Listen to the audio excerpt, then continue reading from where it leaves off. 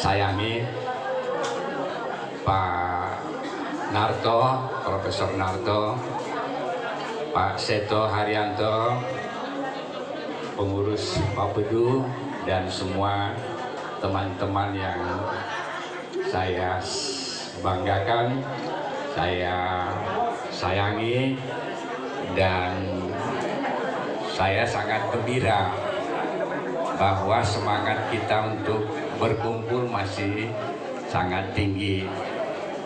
Di banyak tempat semangat berkumpul itu sudah hilang. Tapi kalau BP7 luar biasa. Kita tepuk tangan dulu untuk semangat berkumpul. Kita melihat bahwa semangat BP7 ternyata sangat diperlukan sekarang. Jadi ada perasaan menyesal semuanya pada saat membubarkan BP7 tahun 1999. Karena apa?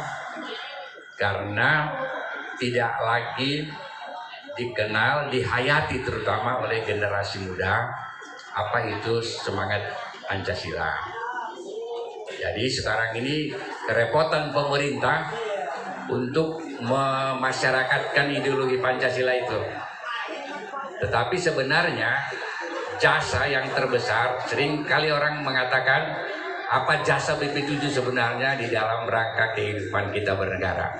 Tapi saya mau mengatakan bahwa jasa pemasyarakatan P4 yang terbesar yang dilakukan BP7 selama 20 tahun itu adalah pada saat kita krisis politik tahun 1999, 98 sampai 99. Pada saat itu tidak ada satupun wilayah di Indonesia, provinsi di Indonesia yang menyatakan ingin lepas dari NKRI. Sama sekali tidak.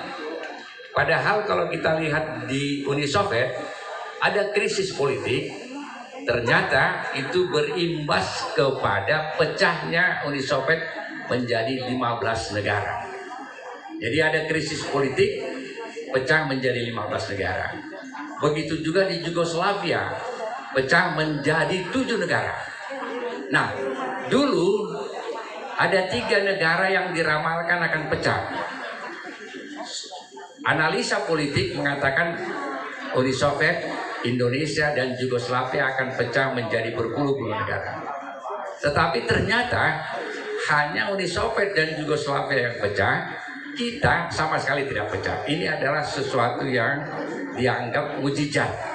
Indonesia begitu besar, begitu luas, begitu berbineka, ternyata bisa bertahan dalam krisis politik tahun 98-99. Dan itu adalah jasa BP7 Pusat. Tepuk tangan untuk BP7. Saya berani menyatakan itu karena saya terakhir ini kan ada 10 tahun di DPR lagi. Dulu tahun 87 anggota DPR, tapi kemarin. Nah, lalu bersama-sama dengan almarhum Taufik Kemas kita membuat yang disebut 4 pilar. 4 pilar penataran, sosialisasi 4 pilar di seluruh Indonesia. Saya wakil ketua, tim wakil ketua Badan Sosialisasi 4 Pilar MPR. Nah, jadi selama itu kita adakan, kita ketemu dengan banyak masyarakat di seluruh Indonesia, perguruan tinggi seluruh Indonesia, semua menyatakan ada kerinduan sebenarnya terhadap Pancasila itu. Dan mereka ingin generasi muda kita itu menghayati, memasyarakatkan lagi Pancasila. Maka itulah kita di MPR membuat sosialisasi 4 pilar Pancasila. Jadi kalau saya ingat di BP7 saya udah ratusan kali ceramah tentang Pancasila. Di MPR saya kira sudah ada 400-500 kali saya ceramah tentang Pancasila. Jadi kalau saya ingat di MPR sama di BP7 saya lebih 1000 kali ceramah tentang Pancasila. Mungkin ada Mas Seto kali teman saya yang bisa mengimbangi banyaknya ceramah mengenai Pancasila di Indonesia. Di BP7 Pusat 20 tahun, di MPR lebih dari 10 tahun. Nah, semuanya adalah dalam rangka tanggung jawab kita agar negara ini jangan sampai berpecah. Mengapa kita merasa tanggung jawab? Karena globalisasi. Globalisasi ini membawa cara berpikir yang berbeda antara kita dengan anak-anak kita. Anak-anak kita sekarang, jangan kita anggap bahwa kita yang lebih membentuk cara berpikirnya. Sama sekali tidak. Yang membentuk cara berpikir mereka adalah media sosial. Mereka lebih banyak mendengar media sosial daripada kita. Mereka membaca media sosial daripada kita. Nah, di media sosial tidak ada yang memasyarakatkan Pancasila. Semuanya adalah kebanyakan gosip.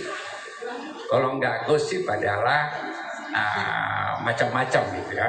Nah, oleh karena itu saya kira kita reuni, tapi kalau boleh kita menggagas kembali satu ketika menemui BPIP.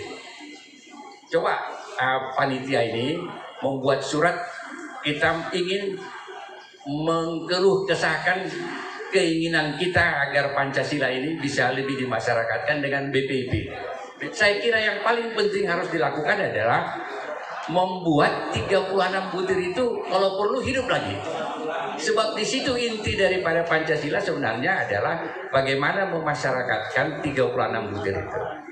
Kalau sekarang orang bicara Pancasila, ada anggota DPR A, anggota DPR B, anggota DPR C, atau siapapun pejabat, tidak sama persepsinya mengenai Pancasila. Tidak ada pun saya lihat di Indonesia yang sama persepsinya mengenai Pancasila. Jadi dia ngomongin mengenai A, dia katakan itu Pancasila, yang lain ngomong tentang Pancasila, tetapi kata-katanya berbeda. Karena apa? Karena tidak ada tolok ukur. Kita dulu mengajarkan Pancasila dengan 36 butir itu. Sekarang tidak ada lagi 36 butir itu. Jadi tidak ada yang tahu kalau memahami sila keadilan sosial itu bagaimana. Nah, saya kira ibu dan bapak-bapak sekalian, kita sekali lagi saya mengucapkan terima kasih atas kehadirannya. Assalamualaikum warahmatullahi wabarakatuh.